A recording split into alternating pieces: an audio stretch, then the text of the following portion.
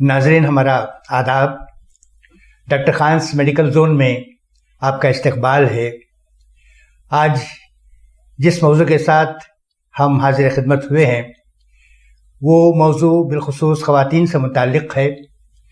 उमूमन ख़वातीन एक मसले से दो चार रहती हैं, चूँकि शर्म व हया उनके दामनगिर रहती है, वो इस मसले को दूसरों से शेयर कर नहीं पाती, जबकि ज़रूरी तो ये है कि वो इस मसले को जानें, इसकी वजूहात को समझें, ये मसला क्यों पैदा होता है, उसकी तहक़ीक़ करें और उसका हल तलाश करें और हल जानने की कोशिश करें।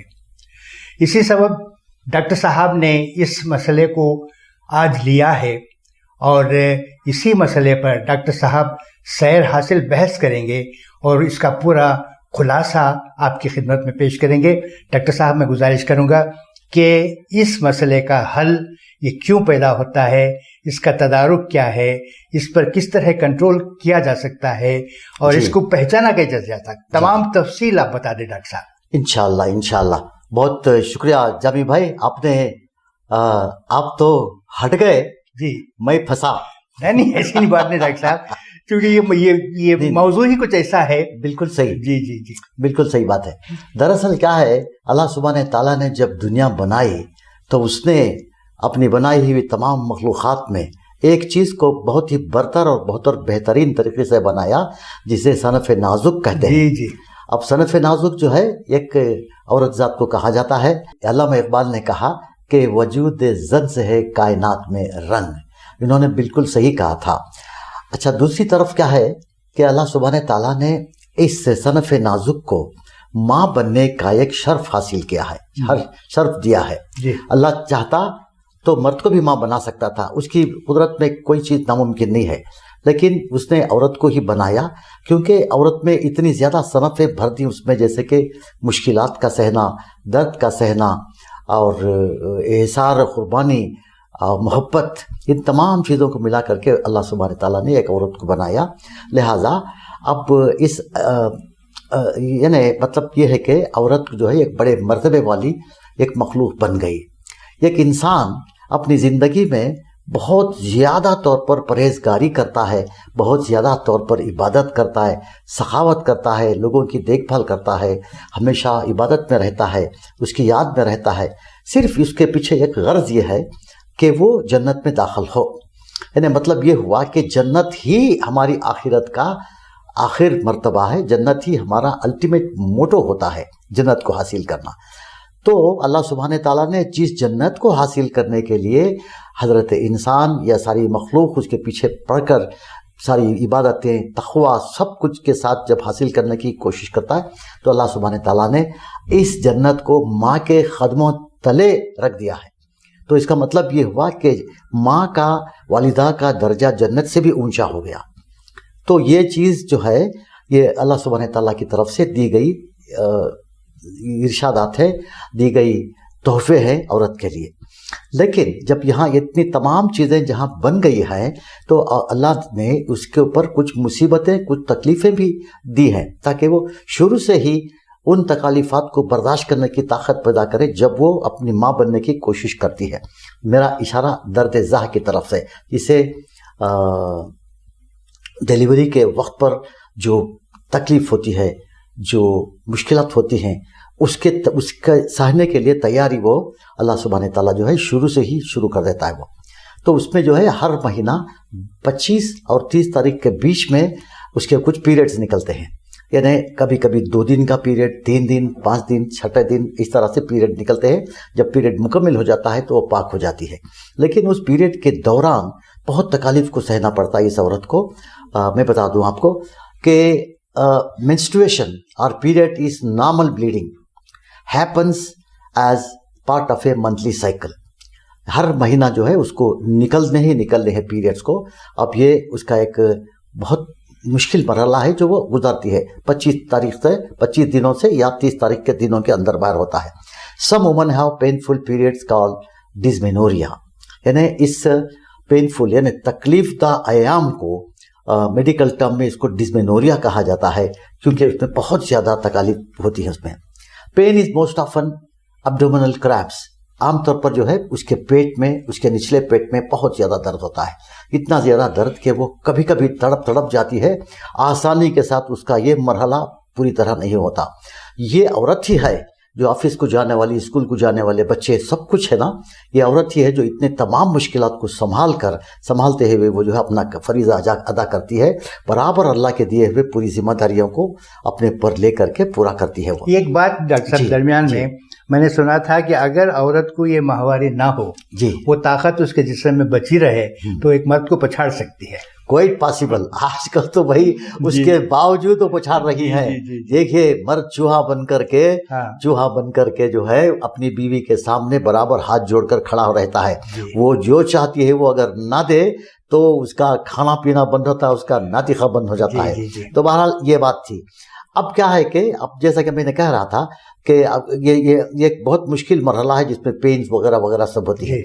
अब एक सवाल आप करेंगे कि वो ये है कि इसके जो सिम्टम्स क्या होते हैं, अलामात क्या होते हैं कि पीरियड्स में डिस्मेनोरिया के क्या हो सकते हैं। डिस्मेनोरिया तो आपने कहा पेनफुल मेंस्ट्रुएशन को डिस्मेनोरिया कहा जाता है।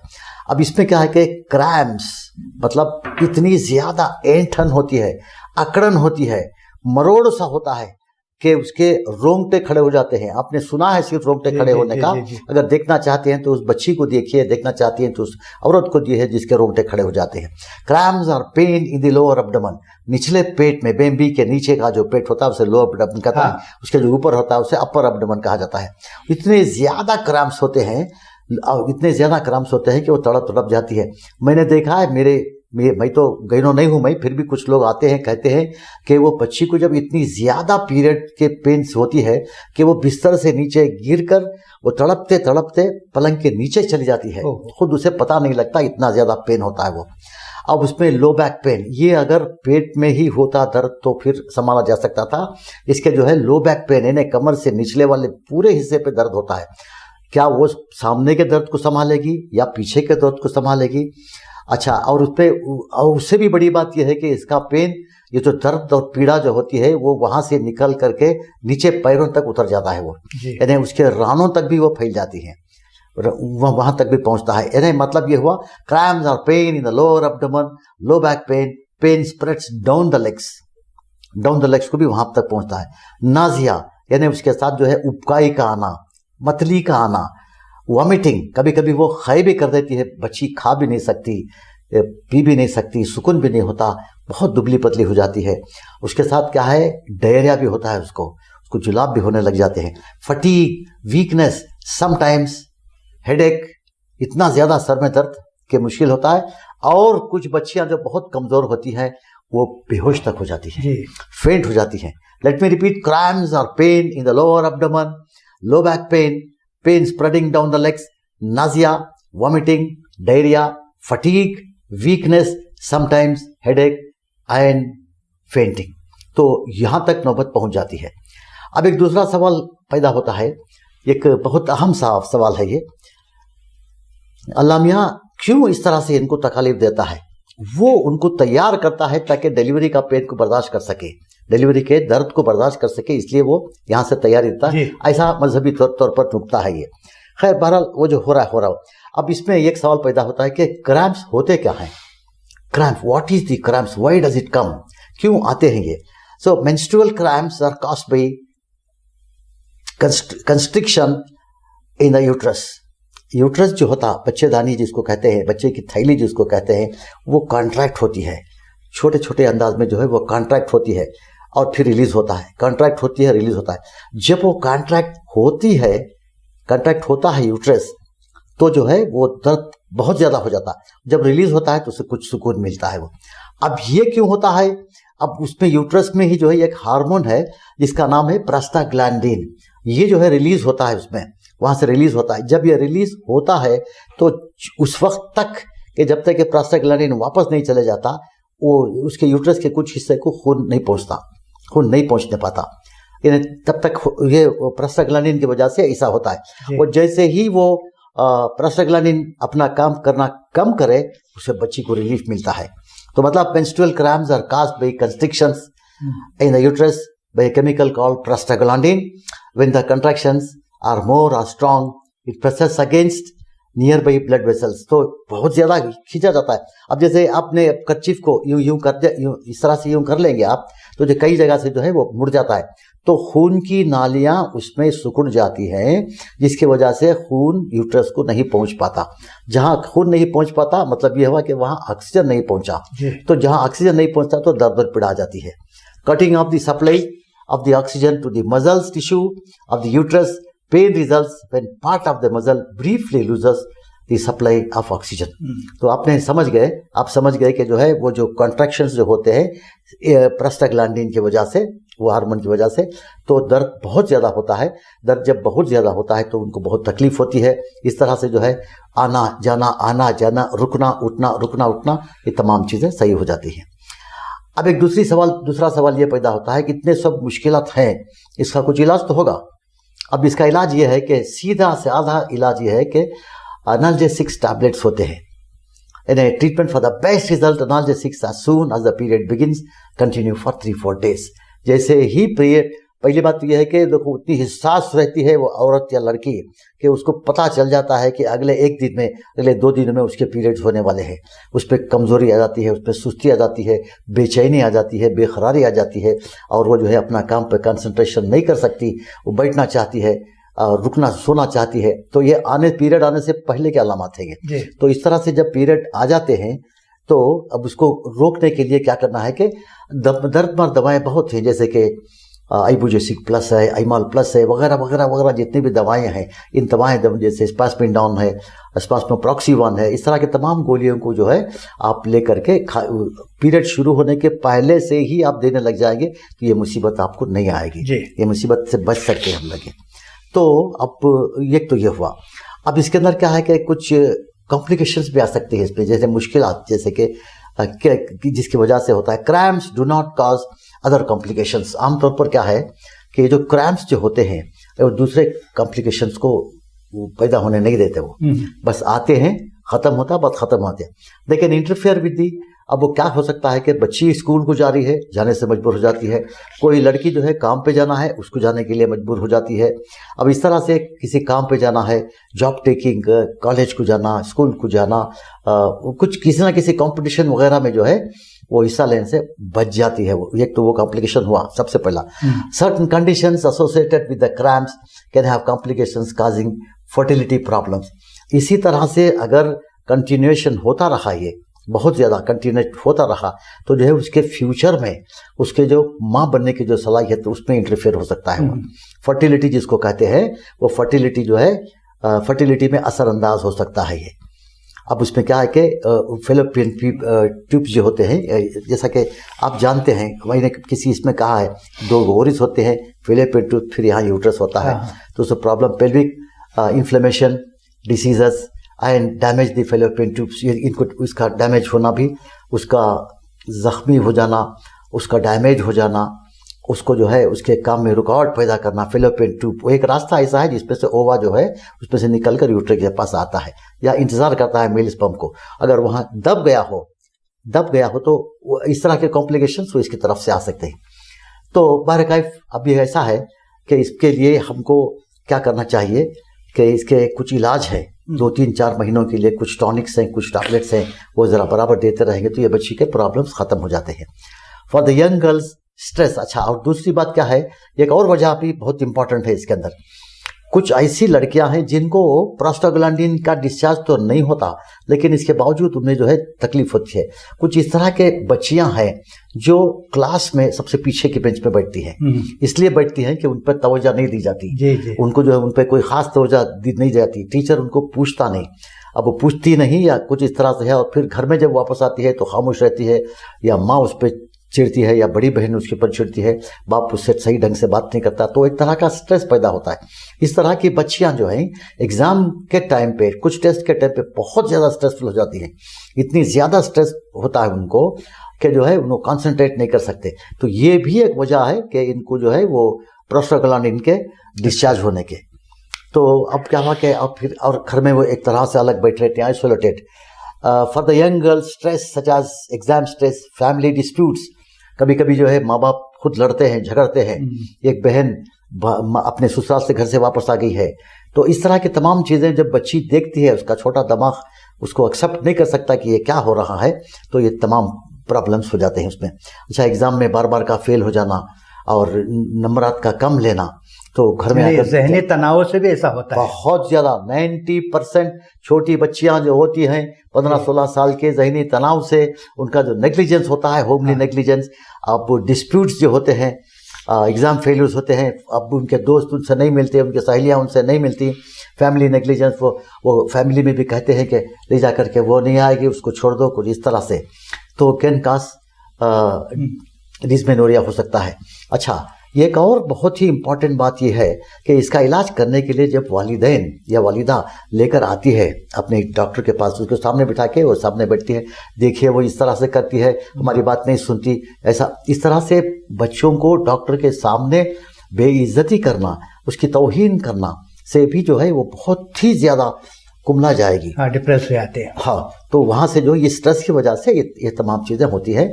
तो एक माँ का फ़र्ज़ बनता है कि वो बच्ची के पीरियड्स के दिन का ख्याल रखे, आगे पीछे देखती रहे कि उसके पीरियड्स के टाइम क्या है, क्या वो पीरियड को शुरू हुआ है या पीरियड उसके वक्त पर या नहीं हुआ है। इन तमाम चीज़ों का ध्यान में रखकर बच्ची को आगे लेना बहुत ज़रूरी, वरना जो है बहुत ही मुश्किल हो जाएगा। एक पीरियड ऐसा आता है, उसके अंदर वो बच्ची की शादी होना भी बहुत ज़रूरी है। और कभी कभी क्या है, बहुत ज़्यादा पढ़ाने की, इसमें बहुत ज़्यादा कॉलेज को भेज के ये करो वो करो में जो है पीरियड हट जाता वो शादी का, जिसकी वजह से जो है प्रॉब्लम्स पैदा हो जाते हैं। तो ये थे मुख्तसर हालात जिनकी वजह से जो है ये बच्चियाँ बहुत मुश्किल में रहती हैं, बहुत तकलीफ में रहती हैं। आप नहीं जानते जामी भाई, ये बहुत ही मुश्किल का मरहला है ये बताते नहीं बच्चियाँ। ये माँ जो है अपने भाइयों, अपने बेटों को नहीं बोल सकती, अपने बेटियों को नहीं बोल सकती, अपने शौहर को कभी कभी हल्का सा जिक्र करती है।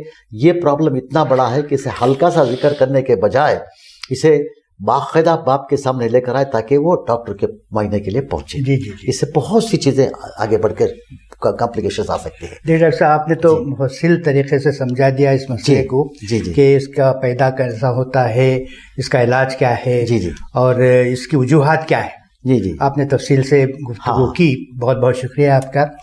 आपने एक बात कही डॉक्टर साहब प्रोग्राम के शुरू में कि जन्नत माँ के कदमों के नीचे है। जी हाँ जी।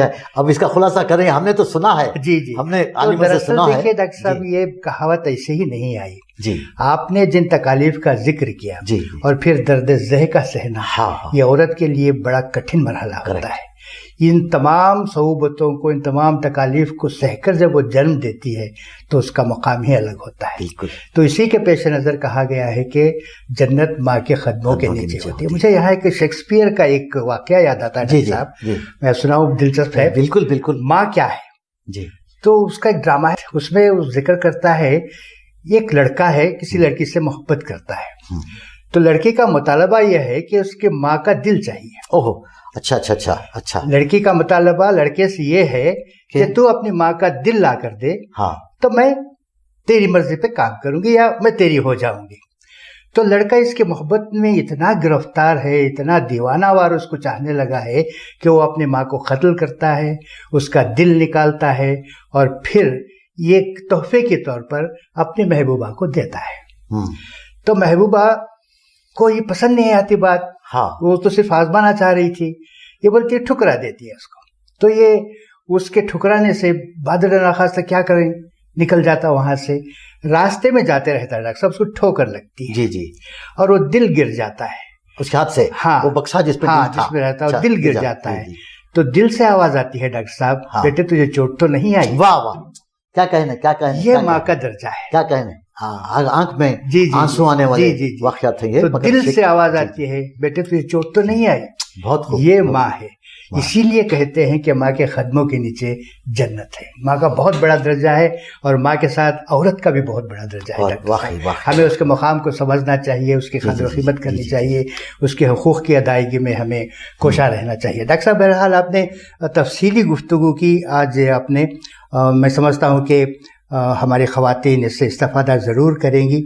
और मामूल के मुताबिक आज हम एक फल, ये इसका फल, इसका शुमार फलों में होता है डॉक्टर साहब, जिसको हम नींबू कहते हैं।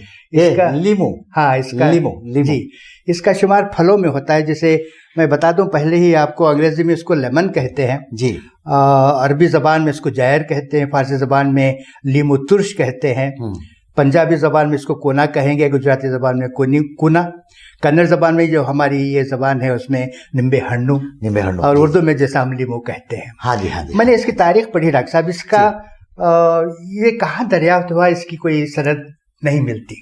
जी जी, ये हाँ। पता नहीं चलता कि अव्वल कहाँ इसकी पैदावार हुई, लेकिन ये जाना जाता है कि बर्मा, हाँ, या असम जी, या चाइना में हाँ, इसकी काश्तकारी हुई है। करेक्ट। और ये फल अज खुद नहीं है, हाँ, ये हाइब्रिड है। जी जी, यानी बिटर ऑरेंज और सिट्रस का इख्तिलात है। जी जी, यानी दोनों के इख्तिलात से हाँ ये हाँ, फल पैदा हुआ है। जी जी जी, तो इसके फायदे बहुत हैं डॉक्टर साहब। जी जी जी, जैसे देखिए, अब मैंने ये भी पढ़ा कि इसको आप ऐसे ही कंज्यूम नहीं कर सकते, यानी कि ऐसे आपको मशरूब बनाना पड़ेगा या किसी सालन में या खाने में इस्तेमाल करना पड़ेगा। इसकी तुर्श, यानी उसका जायका इतना तुर्श होता है कि आप इसको अकेले से उसे आप खुद नहीं ले सकते। जी जी जी, तो इसका मशरूब पीते हैं या कुछ करते हैं। बहरहाल इसके फवायद बहुत हैं डॉक्टर साहब, बहुत ज्यादा। मैं चाहूंगा कि आप इस पर तफसील से गुफ्तगू करें। हाँ जी, अब ये लीमू जो है very good source of magnesium and potassium जी। इसके अंदर जो है सबसे पहली बात तो इसका ताज है विटामिन सी को हासिल करने के लिए। इससे ज्यादा विटामिन सी सिर्फ दो चीजों में होती है, जैसे आंवला ये और मूंगे की फली, मूंगे की भाजी वगैरह में, ये तीन चीजों में बहुत ज्यादा मिलता है। मगर इसमें आम तौर पर ये इजी मिलने वाला फल है ये, इसमें जो है good source of magnesium and potassium. इसके अगर शरबत पीते रहने से, इसका जो शिंदा इसका बना करके, इसका जो बना कर पीते रहने से जो क्रैम्प्स आते हैं बॉडी में, वो क्रैम्प्स कम हो जाते हैं इंशाल्लाह, वो क्योंकि उसमें मैग्नीशियम पोटासियम तो मिल जाता है इसके अंदर। दूसरा, और दूसरी बात क्या है, जितने भी प्रोडक्ट्स आप मेकअप करने के देखते हैं टीवी में, किताबों में वगैरह में, इन तमाम चीज़ों में जो है लीमू को बहुत ज़्यादा अहमियत दी गई है। इसके जूस को, इसके छिलकों को दे करके इन्हें स्किन को ये रिजुविनेट करता है, स्किन को जवान रखता है, बूढ़ा होने से रोकता है, हेल्थी सेहतमंद बनाता है इंसान को, और यंगर लुक, जैसे कि आप दिखाई देते हैं, यंगर लुक दिखाई देता है। मैं कौन सा बूढ़ा हूँ डॉक्टर साहब, अभी तो आप तो नहीं हुए, मैं बता रहा हूँ अभी मैंने जवानी में कदम रखा है। हाँ, माशाल्लाह माशाल्लाह। तो जो है इस जवानी को कायम रखने वाले, और इसको जो है ये रखने के लिए नींबू जो है बहुत ही मजे की चीज है। और सबसे बड़ी बात यह है कि इसमें इसके इस्तेमाल से डाइजेशन का फायदा होता है, बहुत ज्यादा फायदा होता है। एक और बात मुझे याद आई, ये सिर्फ खाने पीने ही में इस्तेमाल नहीं होता, मगर कुछ मुख्तलिफ तकारीब में भी इसका इस्तेमाल होता है। हाँ जी हाँ, अच्छा, डाइजेशन इंप्रूव करता है, और इसमें जो हमारे जिस्म में आने वाले इन्फेक्शन को खत्म भी करता है। वो fights infection, lowers blood sugar. अगर किसी को अगर समझो ब्लड शुगर है, तो ब्लड शुगर को भी कम करने के लिए इसका रस बिना शक्कर के लेके खा सकते हैं आप, ये इंशाल्लाह सही होता है। और फिर इसके लगातार इस्तेमाल से हार्ट डिसीज का जो है दूर रहना बहुत इंपॉर्टेंट बन जाता है। ये हार्ट डिसीज भी मुश्किल से पहुंचता है। और फिर इसका सही तौर पर इस्तेमाल, रोजाना इस्तेमाल अगर कोई शख्स कर रहा है, हालांकि जरूरत है इसकी, और रोज भी इंसान खा सकता है ये, हफ्ते में एक बार दो बार भी, मगर रोज रोज अगर खाता है तो बहुत अच्छा है। तो उसमें जो है जो शख्स इसका इस्तेमाल करता है उसको कैंसर नहीं आता, किसी भी किस्म का कैंसर बिल्कुल नहीं आएगा। और फिर बदन में सोजिश, जलन, इन्फ्लेमेशन जो होती है उसको ये पूरी तरह रोकता है ये। और फिर ये very good source of vitamin C है। इतने मुख्तसरात जो इसके चीज़ें हैं, इससे आप अंदाज़ा कर सकते हैं कि इसको कहाँ कहाँ करते हैं। मैंने यहाँ तक देखा है कि लोग इसके छिलकों को फेंकते नहीं, इसका जूस निकालने के बाद छिलकों को धूप में सुखा करके उसको पाउडर बना करके उसको जो है ये उसका लेप बना करके चेहरे को लगाते हैं। अच्छा, कुछ और बूढ़ी औरतों को मैंने ये भी देखा है कि रस निकाल करके इसको छिलकों को फेंकने के बजाय इसके 4-5 टुकड़े करेंगे, इस तरह से टुकड़े करके एक बोतल में डालकर उसके ऊपर पहले नींबू, नमक, उसके बाद नींबू की छिलके, फिर नमक, फिर इस तरह से परतें डाल के एक तकरीबन 15-20 दिन रखेंगे। उसके बाद थोड़ी मिर्च वगैरह सब डाल करके जो उसका भी अचार बनता है, और इसके जूस के साथ भी अचार बनता है, उसके छिलकों का भी अचार बनता है। लोग छिलकों को इसलिए पसंद करते हैं कि उसमें डायरेक्ट तौर पर इसमें विटामिन सी की काफ़ी मिकदार इनको मिल जाती है। तो ये थे इसके फ़वायद। इसका अचार भी लिया जा सकता है, इसका अचार खाएं आप, अच्छा है। लेकिन अचार को मैं इसलिए ज़्यादा रिकमेंड नहीं करूँगा कि इसकी खटास को मारने के लिए बहुत ज़्यादा नमक डाला जाता है, जी। बहुत ज़्यादा मिर्च भी डाली जाती है इसमें, तो तमाम कंसंट्रेशन हो करके शायद ब्लड प्रेशर को बढ़ा सके ये। तो लिहाजा अचार के बजाय आप इसका शरबत बना के पिएं, जिसमें थोड़ा सा नमक हो, थोड़ी सी शक्कर हो या थोड़ा सा गुड़ हो, तो आपको बहुत फ़ायदा हो सकता है। इसका इस्तेमाल रोज़ाना करें, इंशाल्लाह आपको बहुत फ़ायदे में रहेंगे आप। जी, बहुत बहुत शुक्रिया डॉक्टर साहब। आज आपने बड़ी कारआमद बातें हमारे सामने रखी। हमारे नाजरीन, और मैं समझता हूँ कि आज की इस गुफ्तगू से बहुत मुस्तफ़ीद हुए होंगे। हम इसी तरह नाज़रीन आपकी खिदमत में हाजिर होते रहेंगे और आप तक नए मौज़ूआत के साथ नई गुफ्तगू आपकी खिदमत में पेश करते रहेंगे। जब तक के लिए हमें इजाज़त दें। खुदा हाफिज़।